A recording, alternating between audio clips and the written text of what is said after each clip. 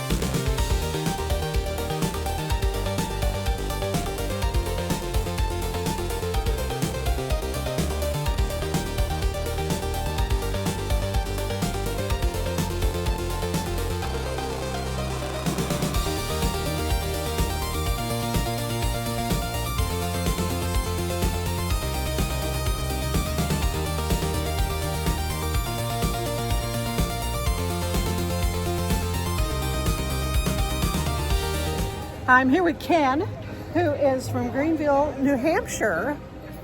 And tell us about you working here at NASA. What do you do here? I'm a communicator. I tell you about space. What do you want to know? Well, we want to know everything. This is my first visit to NASA. Nice. Well, this is a cool place to be. We have people from around the world that come here all the time. So hopefully you enjoy this rocket garden tour. So this is really a history lesson, right? A little bit, yes. It's all about the rockets involved. Most of them were developed after World War II.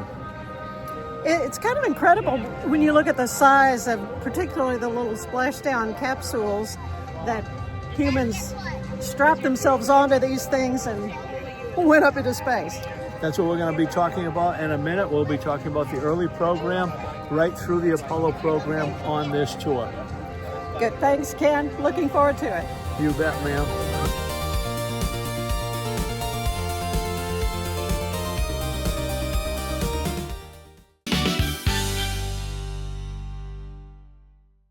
Finding a sleep sack that my baby likes has been a struggle. The sleep sack from Joy is a major upgrade. It is all natural eucalyptus, which is breathable and hypoallergenic.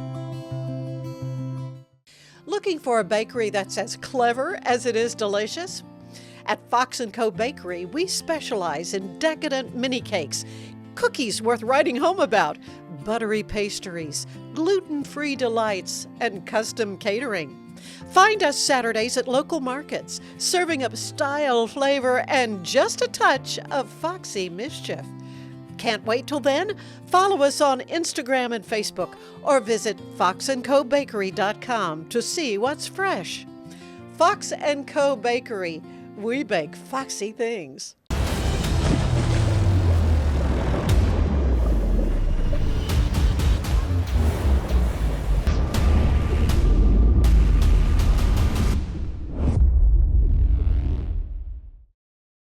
Overwhelmed by your inbox? Clean Email is here to help. Organize, clean, and manage your emails with powerful automation tools. Say goodbye to spam and clutter and enjoy a stress-free inbox. Try Clean Email today at cleanemail.com. What if you could clean clean? With bio-based formulas and deep cleaning enzymes. No dyes, phthalates, or mystery ingredients. Just powerful pods for your dishes and laundry. Now you can, with drops made clean, made to clean.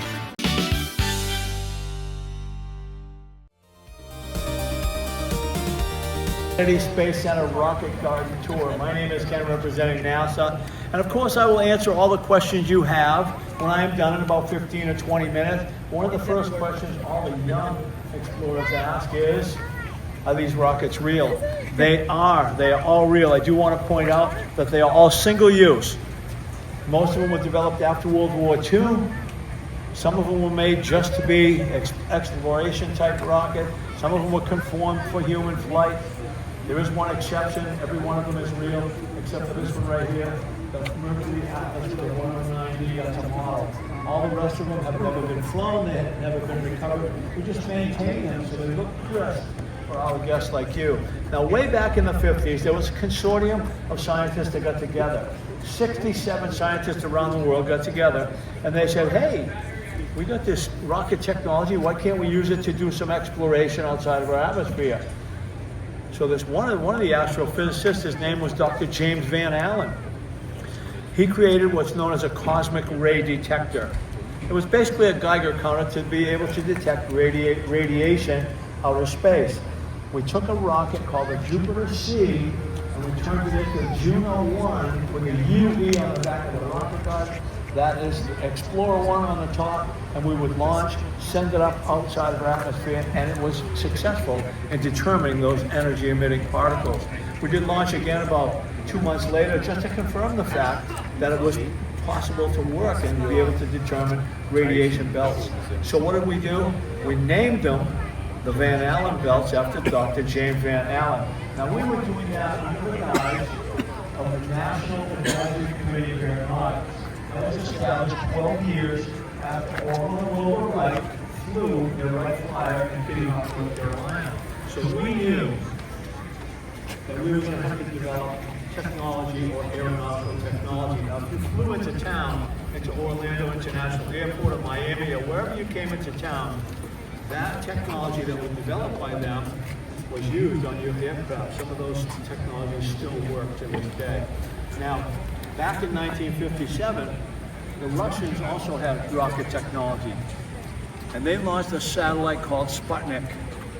And they were sending beeping signals down to Earth. It was orbiting the Earth. And ham radio operators around the world were collecting these signals. So that was a positive step forward for us, where we said, if they can do it, why can't we? So that's when we created NASA, the National Aeronautics and Space Administration. And the first rocket to launch with that designation is right here behind me, and that is a Juno 2. We would have Pioneer 4 on board. Pioneer 4 was a probe that was scheduled to go to the moon. It was going to make discoveries of the moon, take photos, and send them home.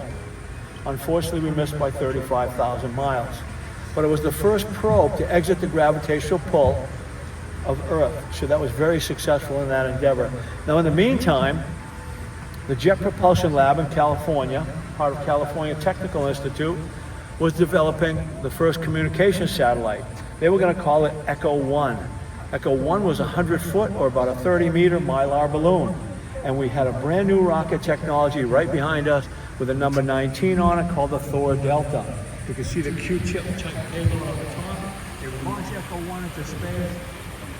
They would send a signal from the Jet Propulsion Lab in California down to Bell Labs in New Jersey. That was our first successful communication satellite. Now, Bell Labs, in the meantime, they were developing their own privately developed satellite called Telstar 1. It would launch on a Thor Delta as well. They would get it up on orbit. They sent signals from the coast of Maine down to Brittany, France. They showed John F. Kennedy, our president at the time, a little clip of him speaking. They showed a little Cubs and Phillies baseball clip. They showed the Eiffel Tower as well as the Statue of Liberty, and that was the first developed, privately developed communication satellite. Now in the background, of course, Maxime Faget and his engineering team, they were developing a spacecraft, and that spacecraft was going to be called Mercury.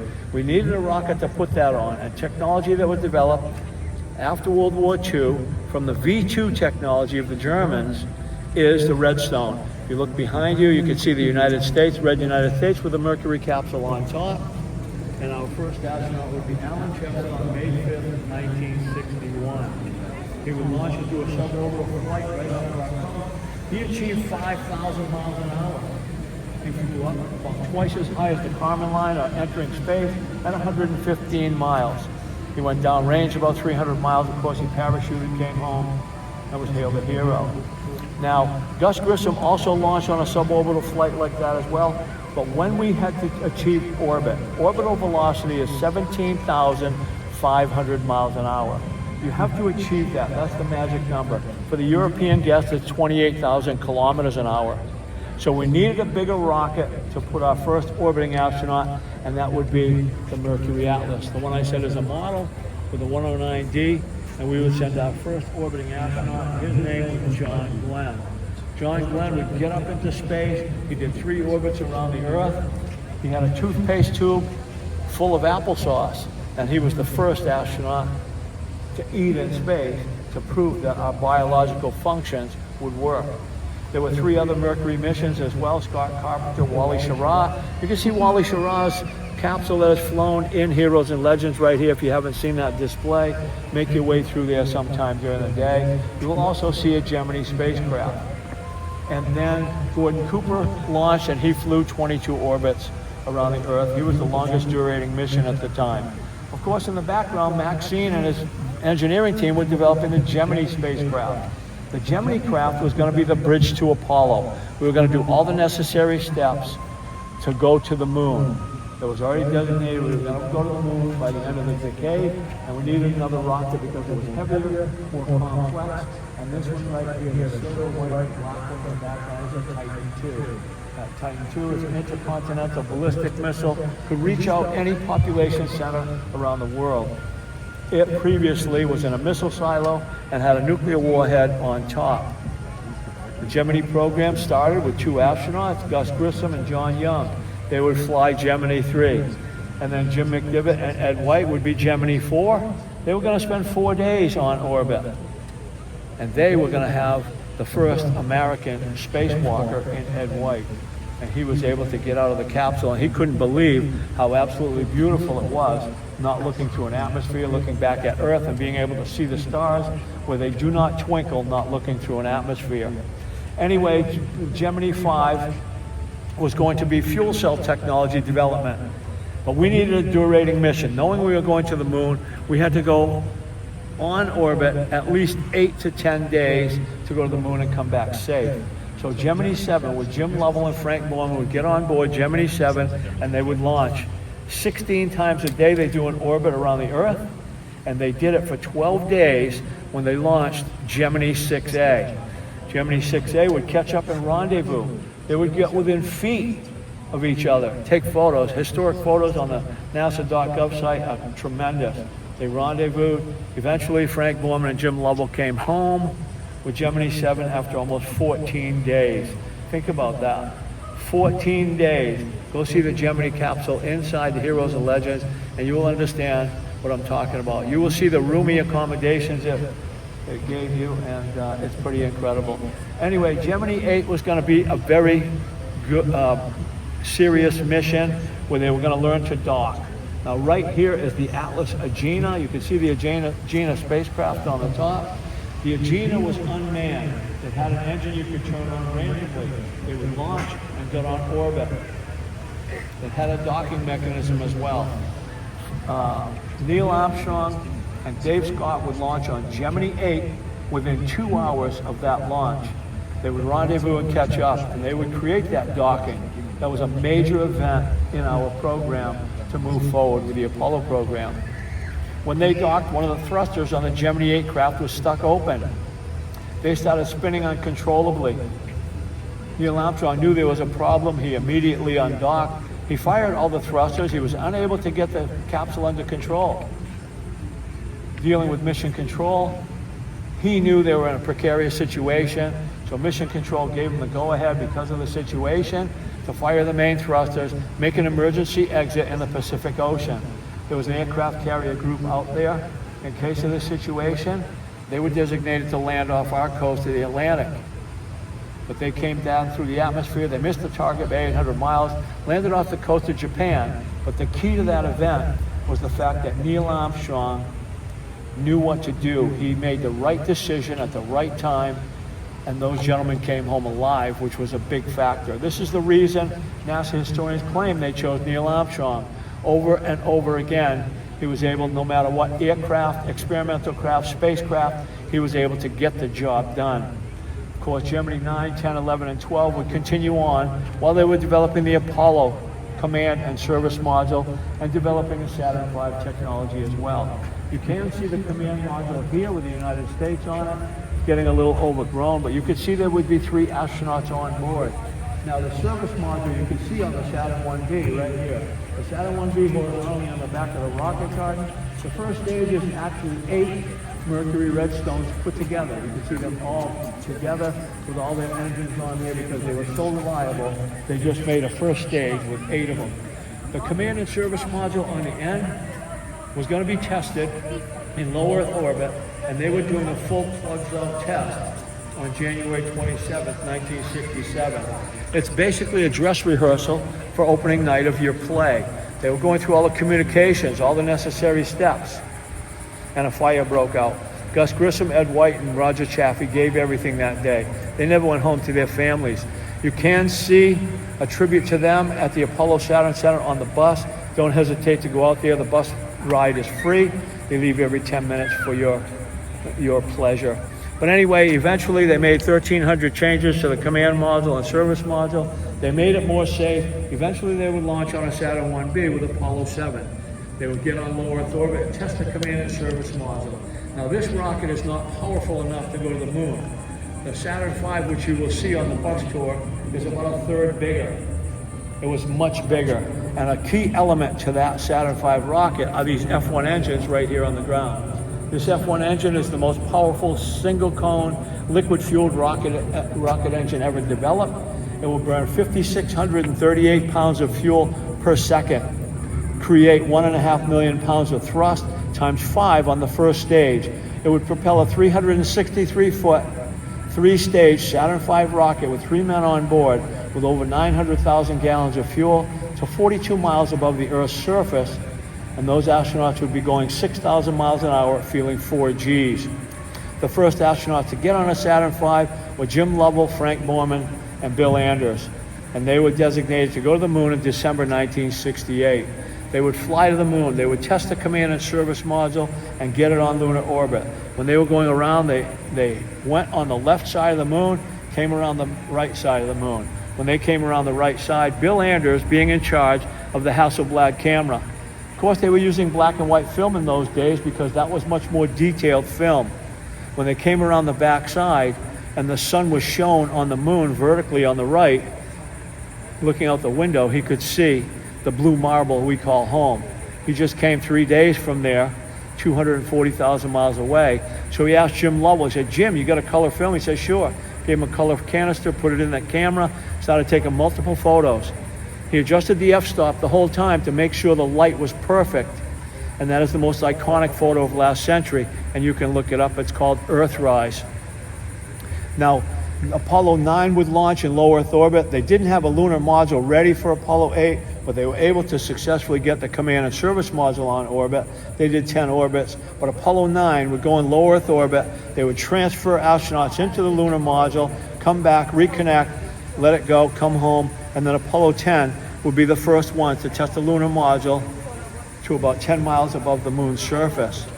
Now, that was leading up, of course, to the Apollo 11 launch where Neil Armstrong and Buzz Aldrin were the first 2 astronauts to walk on the moon. Make sure you go on the bus tour today. You've got to see that Saturn V rocket. You will see the Apollo 14 capsule. You'll see Alan Shepard's spacesuit as well with moon dust still on it. And the younger generation, you'll be able to touch a moon rock as well.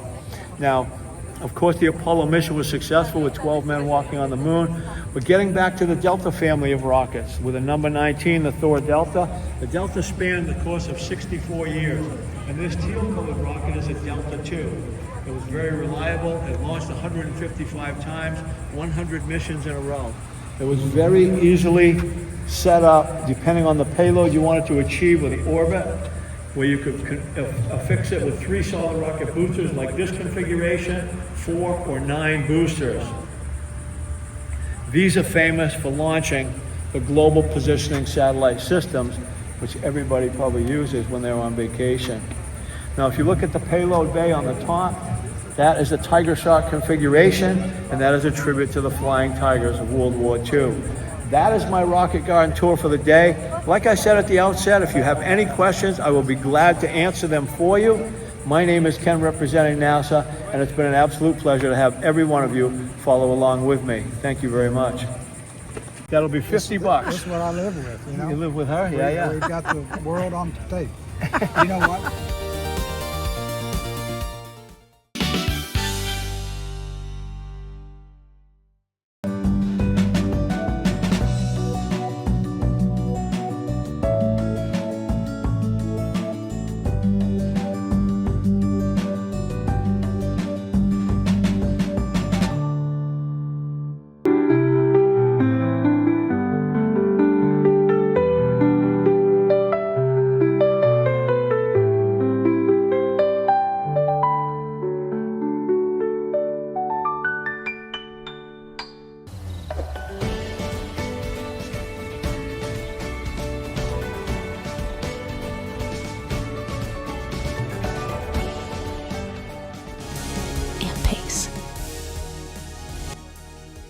Apollo Neuro is a new kind of wearable that helps your body recover from stress, that helps you calm down and feel better.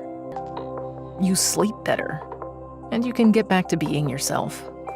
Learn more at apolloneuro.com. At Mapiful, we believe in celebrating your journey. Our unique personalized products are designed to boost your confidence. From custom home decor to meaningful gifts, we help you cherish the memories that make you who you are. Visit mapiful.com and start celebrating your story today. Natural Cycles identifies your fertile window by analyzing changes in your temperature. Just measure in the morning, add your temperature into the app, then learn which days you can and cannot get pregnant. It's that easy. Learn more at naturalcycles.com. It's hard to find supplements that work. No, thank you. Plant-based supplements made from the Earth's most powerful plants for your immune health, gut health, workouts, and more. Find out more at auraorganic.com.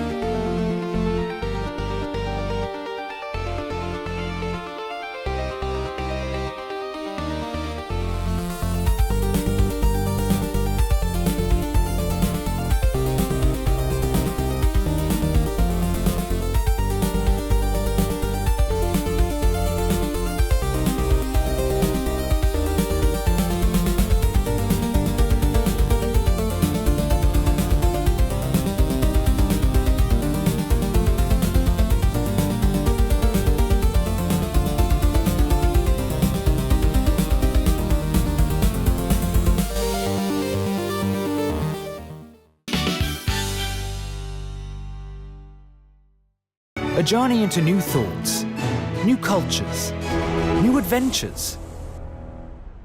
So what are you waiting for? Start your journey with Babbel now. Go to babbel.com or download the app.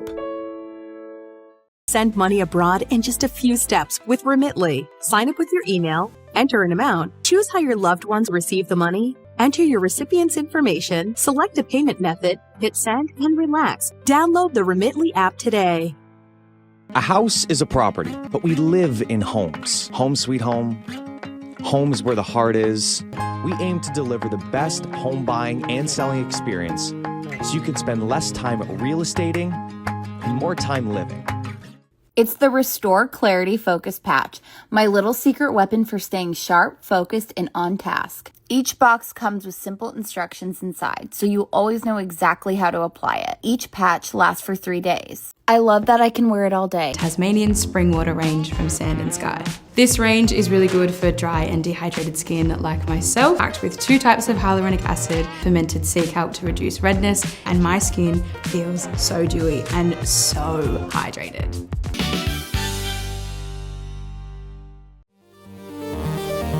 It's kind of fun.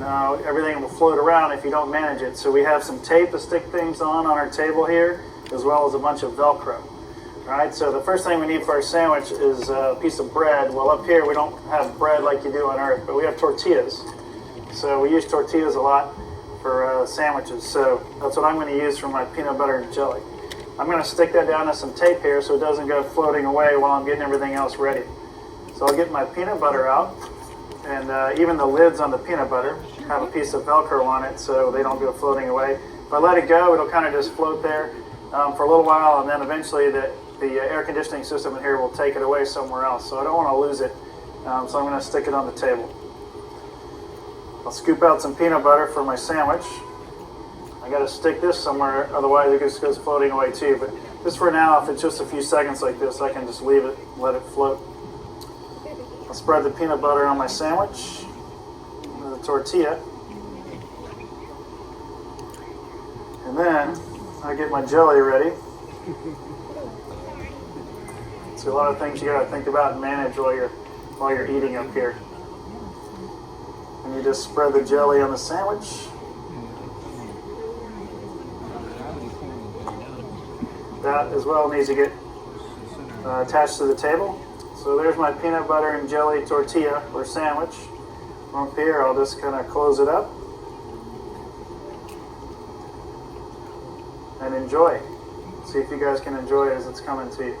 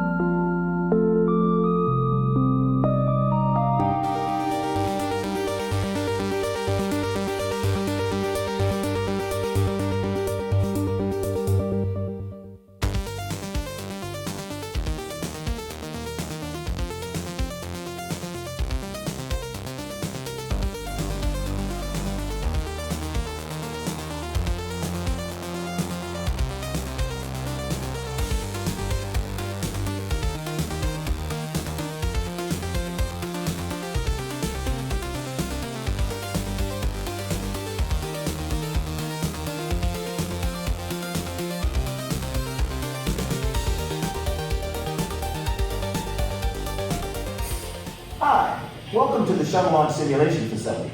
I'm Charlie Bolden. I've flown the shuttle into space 4 times, twice as a commander. My colleagues have put together an interesting little experience for you today. You're about to go on a high-fidelity launch simulation, and I'm going to help you get through it. See, before any launch, all astronauts have spent thousands of hours being tested and trained in simulators, a lot like the one you're going to ride. You'll be riding on a special module that fits right into the payload bay. But before you go aboard, we better go over a few basics. Launch preparation for your mission would have started accelerating here at KSC months in advance. So let's cut through all that and move you way closer to launch. I'll start your clock at, say, 4 hours before liftoff, when it's still dark out. Before you got suited up, the shuttle's external tanker ET was fueled up. The ET holds fuel for the shuttle's 3 main engines. Inside the ET, there are actually 2 separate tanks. One has liquid hydrogen at 423 degrees below zero, the other liquid oxygen at 298 degrees below zero.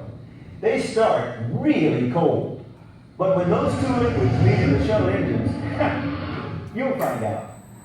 About 2 hours before you launch, you've boarded the orbiter through what we call the white room. As you climb through the hatch, that orbiter already seemed like it was a living, breathing thing. Then they pull back the access arm and left. Everybody else is smart enough to get out of the air fans, and you and your crewmates are strapped to the reason why. Within 400 feet of panic, flames and heat from the engines will kill you. Within 800 feet, the sound will kill you. Within 4,000 feet, the snakes and alligators might kill you, because all that low-frequency vibration really stirs them up. But I'm getting ahead of myself. Let's back it up to T-minus 10 seconds. Those sparks are hydrogen reburners, or sparks. They help prevent a fire or explosion by burning off any excess fuel around your vehicle. At T-minus 6.6 seconds, the main engine will ignite. You will hear a loud roar, and you'll feel a big rumbling. After the main engines start, you'll feel the shuttle sway forward a little, but don't worry. It's engineered to come back to vertical before you go. That's what we call the twang. You're getting a lot of power from those main engines, but you're going to need even more to get to orbit. That's where the solid rocket boosters, or SRBs, come in. These guys were the most powerful solid fuel rocket engines ever flown. The SRBs ignite when the countdown gets to 0. And believe me, you'll know it. Once you fire the SRBs, you can't turn them off. So you're going somewhere. You everything opens up. Now, here's how all that's going to happen to you in real time. 10 seconds before we hit start.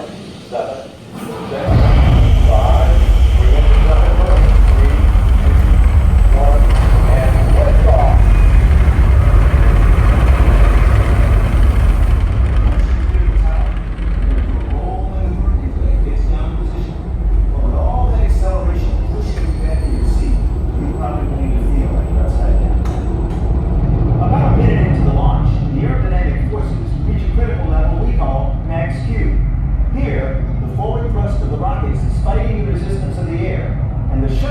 Is like an aluminum can being squeezed harder and harder.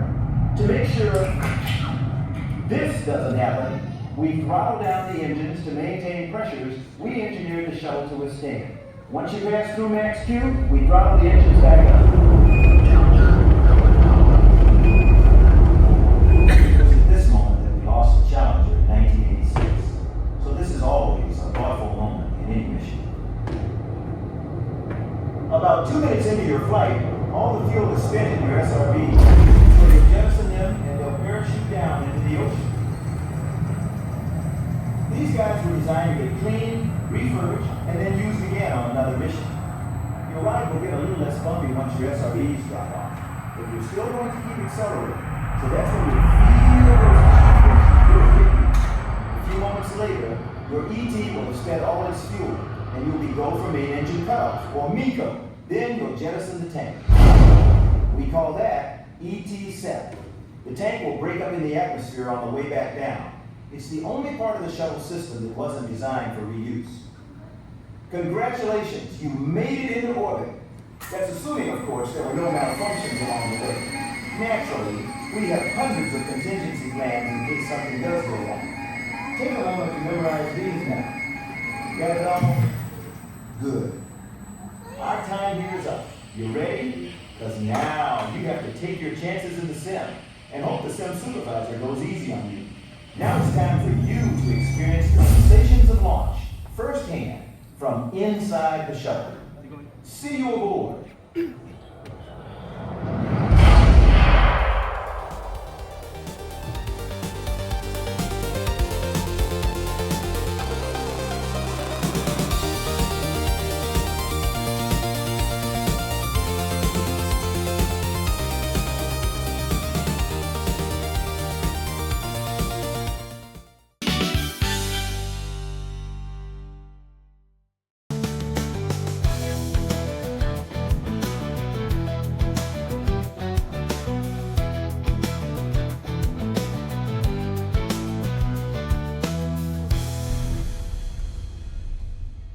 With a focus on performance, design, and customer service, we're here to help you work smarter, not harder. Join us on our journey to simplify your world. Visit acasis.com today. That's ACASIS.com today. At Tusain's, we understand that maintaining a healthy lifestyle can be challenging, especially in today's fast-paced world. That's why our mission is to make fitness accessible to everyone, anywhere. Visit Tusains.com today and start your journey to better health. That's TOUSAINS.com. Samsonite is the world leader in durable, high-quality luggage and travel accessories. Travel with Samsonite and pack confidence every step of the way. Shop now at shop.samsonite.com. Samsonite. Our professionals are not only experts in managing urgent concerns, but also in providing top-notch preventative health care. We're proud to connect pet owners to a vast network of licensed veterinary professionals, ready to address any immediate concerns. Book your first appointment today. VivoSun's mission is to empower growers with stylish and effective products, making indoor growing accessible and enjoyable for everyone. Visit vivosun.com today and get started making growing plants and vegetables easy and automatic.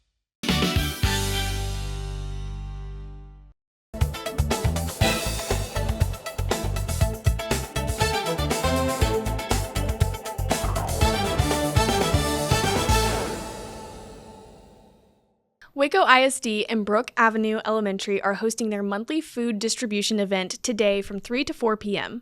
Whether you're a student, a family member, a staff member, or a neighbor, just bring a valid ID to 720 Brook Avenue to get a free box of essential groceries. Waco ISD and Brook Elementary are committed to reducing food insecurity in Waco, and Act Locally Waco is proud to see their commitment and outreach. Spice Village is hosting a luncheon to share information on the Giving Machine today. This little red vending machine will be making its way to Spice Village during the holiday season, but instead of dispensing a product to consume, they allow people to donate tangible items to those in need. Join Spice Village today to learn more about the Giving Machine in action. Have you ever wondered what would happen if two locomotives collided head-on? Come watch Texas Comedies perform a brand new musical production on the infamous Crash at Crush. The show starts tonight at 6 p.m., Friday, September 19th, and Saturday, September 20th. I'm Elizabeth Riley with your Act Locally Waco news, and I will see you next time.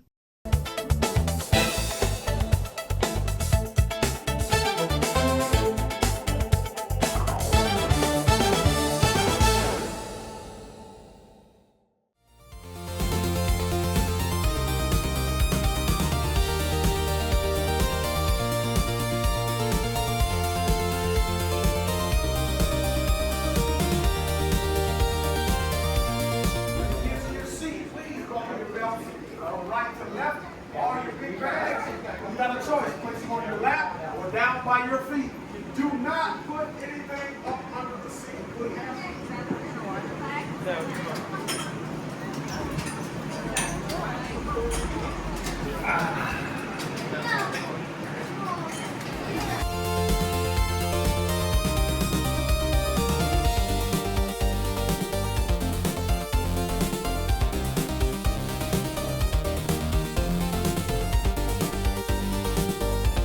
Questions we have. Today, we'll explore where NASA and its partners are taking us in the future. But before we begin this journey, just like every NASA mission, our #1 goal is to return home safely. So always stay seated while the bus is in motion. Please, no food or drinks on the bus with the exception of water.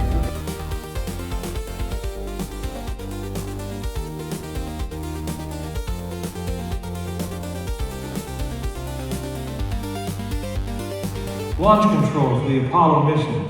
This is not a mock-up. These are the very consoles we sat at when men first took off to fly to the moon. The tragedy of Apollo 1 had put us a year and a half behind. We were making up for it in one big leap. And we were here where it actually happened.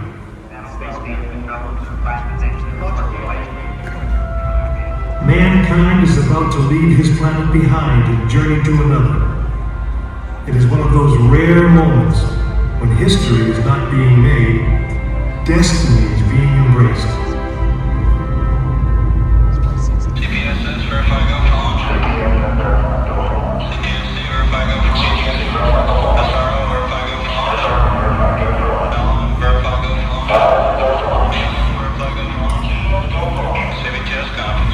Attention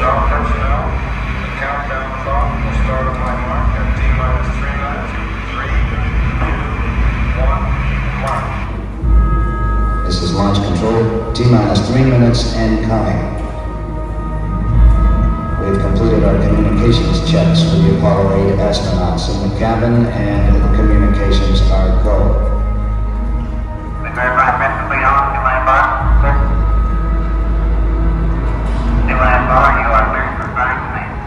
During this period, once we do get the firing command, the various tanks within the 3 stages of the Saturn V launch vehicle begin to pressurize. We have firing command. The firing command is in. We are now on the automatic sequence. T-minus 2 minutes, 20 seconds to begin counting.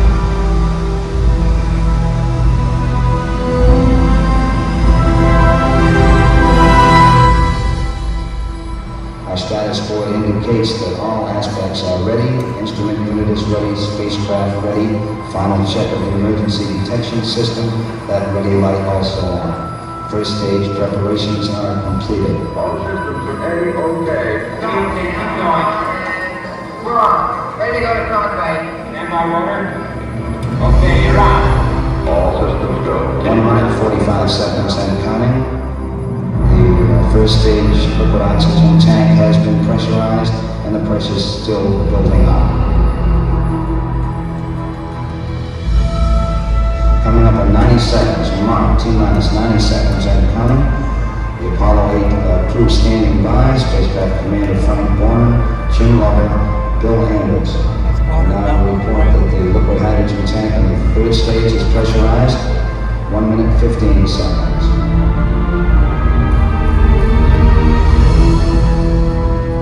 All third stage propellants pressurized at this time as we come up on the 60-second mark on a flight to the moon. T-minus 60 seconds and counting. The vehicle now is completely pressurized.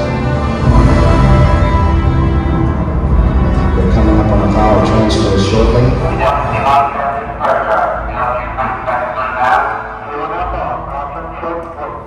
We have the power transfer. We're now on the flight batteries within the launch vehicle.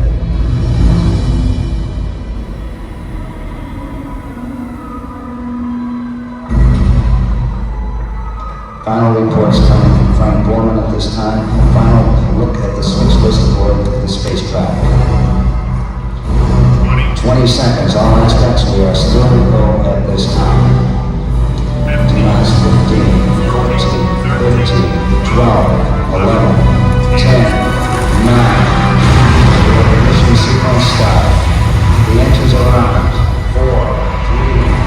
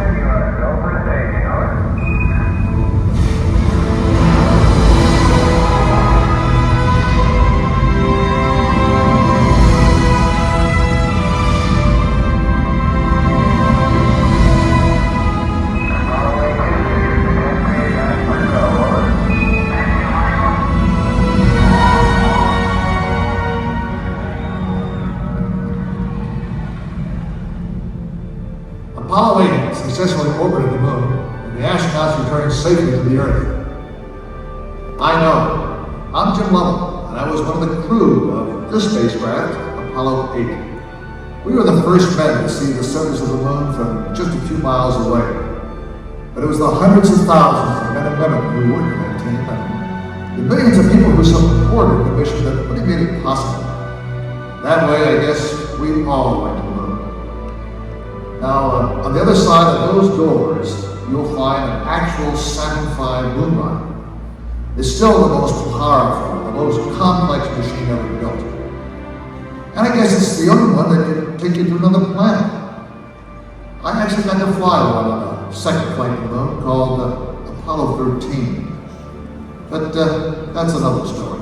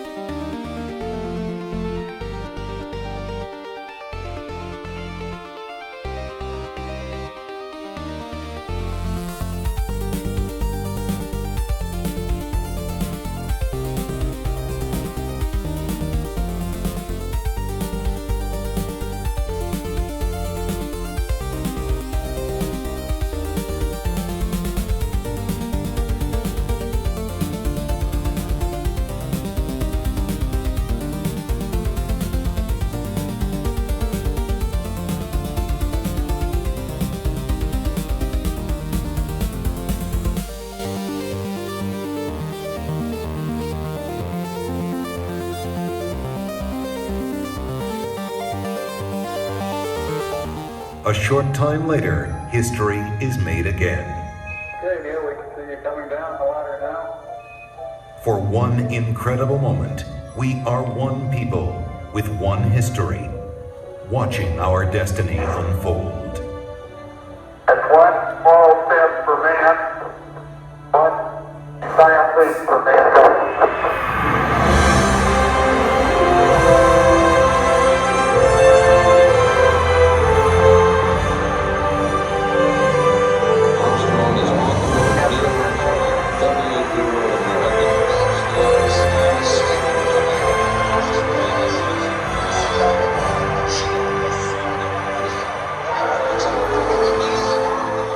It was a moment shared by an entire world. Here, man, from the planet Earth, first set foot upon the moon. It came indeed for all mankind. With these first steps, mankind stood on the highest ground, and we saw our planet as our home port in the endless ocean of space. There was something which was surprising to me. That occurred as I was standing on the surface. Just after we had landed, I'd gone down, standing on the surface, and looking at planet Earth for the first time, seeing the beauty, seeing the finiteness of it, the limits of it, and realizing what a shame it was that people were confronting each other on that planet without realizing what it was doing to the planet. It was a very emotional moment for me. I actually shed a couple of tears. Something totally unexpected for an engineer, fighter pilot to be crying quietly up there on the moon. Mankind had achieved a tenuous foothold in the heavens, and a new and exciting world lay waiting to be explored.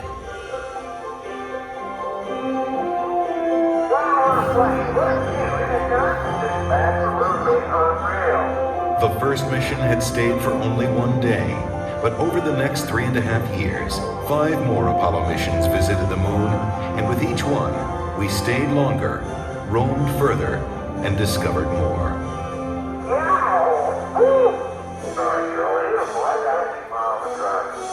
I never thought when I was a kid building rockets, in high school, that we would go to the moon, before the end of the century. I mean, I thought that was something that was way in the future, fantasy. I was rolling on the moon one say, it's a very milestone December May. Look at the fat red rock. And it's the best sample we got. Just don't stub your toe. We've got to understand that as people, we need to stretch.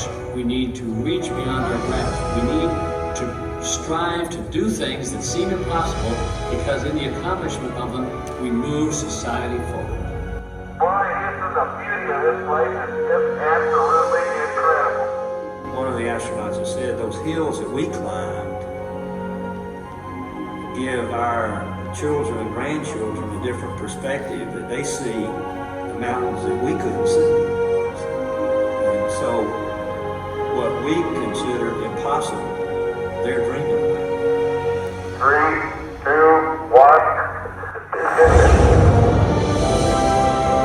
What a ride, what a ride. When I have a chance to talk to kids, I tell them, the first thing I tell them is to take the word impossible out of every kid. Go to their teacher tomorrow morning and scratch it out of the dictionary. The word doesn't exist. If I could stand here and tell you that I lived on the moon, that I called the moon my home for 3 days, you tell me what is impossible in this day and age, much less in a generation that follows, much less into the 21st century. Nothing is impossible. I like exploring things, inventing. I would like to go up there and find out what's really up there. I would like to be an astronaut. I like to design rockets.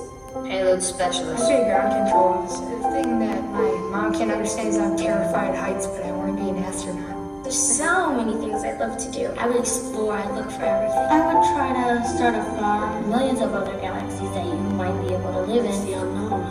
Anything's possible. You may be able to cure certain diseases. By Mars and dance on it. Play basketball, but you can still be short.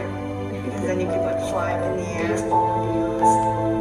Hit the ball, you get a home run every time. There are a lot of things that can benefit mankind that because of science, we simply cannot do on Earth. It's such a big universe, and it's kind of strange to think that just this one tiny planet was chosen to have life on it. I hear they're finding new planets or moons, and they're finding out more about how stars are working, and it makes me feel like it's trying to tell me something. What's it trying to tell you?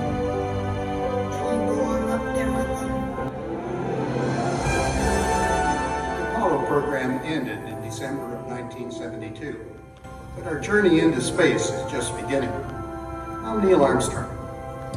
The future of space travel is being written right now in the dreams and imaginations of a new generation. Perhaps that's the greatest legacy of Apollo. It shows our children and grandchildren that with courage, imagination, and the will to explore, no dream is impossible.